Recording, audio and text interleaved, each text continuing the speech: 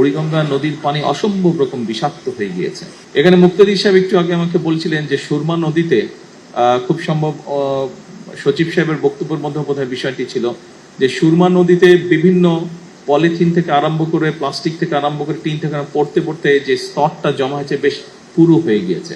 প্রায় বছর খানেক আগে, তখন তো অবশ্যই আমি লন্ডনে ছিলাম, সেখানে আমি যে কোনো একজন ভদ্রলোকের সাথে আলাপ করছিলাম যার কিছু এক্সপার্টিস রয়েছে এই বিষয়গুলোর উপরে।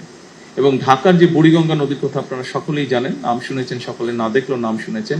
সেই বুড়িগঙ্গা নদীতে ওনাদের বক্তব্য অনুযায়ী প্রায় 2 মিটার মানে 5-6 ফিটের মতন প্রায় স্তর জমে গেছে নিচে, এত স্তর জমে গেছে ময়লা জমে জমে।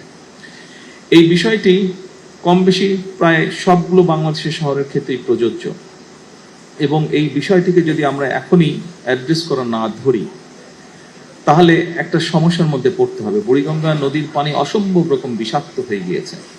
এইভাবে যদি সবগুলো নদী বিষাক্ত হতে থাকে তাহলে একটা অসম্ভব ভয়াবহ পরিস্থিতিকে আমরা সকলে ধাবিত হচ্ছি। কাজেই এই বিষয়ে আমাদের মানুষকে সচেতন করতে হবে। সিটি কর্পোরেশনকে আমি অনুরোধ করবো, অবশ্যই আপনারা বিভিন্ন প্রকল্প গ্রহণ করবেন মানুষ যাতে সেবা পায়, কিন্তু একই সাথে পাশাপাশি যদি আপনারা মানুষকে অ্যাওয়্যার করার জন্য, সচেতন করার জন্য কতগুলো উদ্যোগ নেন, যেমন